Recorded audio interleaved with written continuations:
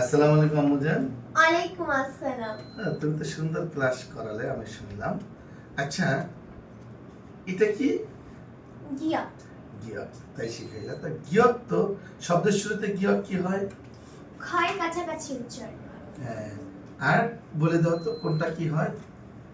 গিয়ক যদি শব্দের শুরুতে থাকে তাহলে ক্ষয়ের কাছাকাছি উচ্চারণ হয়। দ্বিগুণ যদি শব্দের শুরুতে থাকে তাহলে থয়ের কাছাকাছি উচ্চারণ হয়। কাছাকাছি কিন্তু মতো না। বিয়োগ যদি শব্দের শুরুতে থাকে তাহলে ফয়ের কাছাকাছি উচ্চারণ হয়।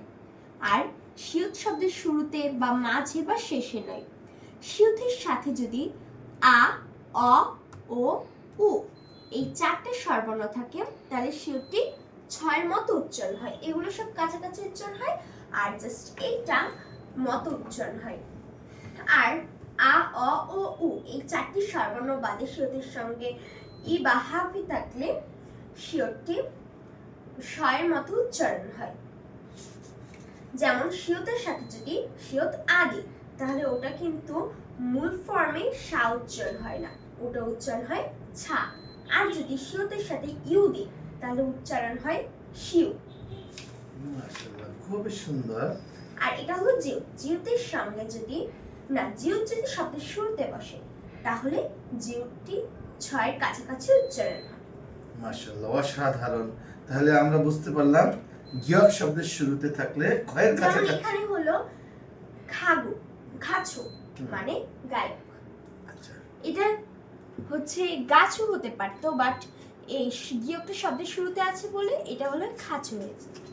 তাহলে আমরা বুঝতে পারলাম গিয়ক শব্দের শুরুতে থাকলে ক্ষয়ের কাছাকাছি, দ্বিগুণ শব্দের শুরুতে থাকলে থয়ের কাছাকাছি, বিয়োগ শব্দের শুরুতে থাকলে ফয়ের কাছাকাছি, আর শিওরটা শব্দের শুরুতে থাকুক অথবা মাঝে থাকুক, যেখানেই থাকুক না কেন, এটা কি হবে?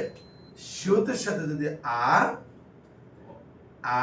অ, ও, অ, ও, উ যেমন এখানে শিয়তের সাথে উ আছে যার কারণে ছু হয়েছে।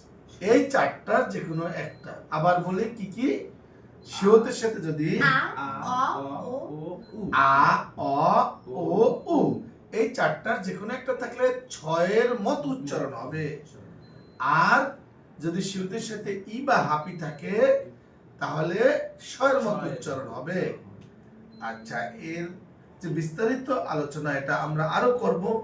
এরপরে তুমি বলেছো জিউতের সাথে যদি কি হয়? জিউ যদি শব্দের শুরুতে থাকে তাহলে ছয়ের কাছাকাছি উচ্চারণ হয়। জিউত যদি শব্দের শুরুতে থাকে তাহলে ছয়ের কাছাকাছি উচ্চারণ হয়। এবং দুইটা উদাহরণও দিয়েছো। ঠিক আছে, তোমাকে অসংখ্য ধন্যবাদ। সুখ হামনিদা। হামসামনিদা।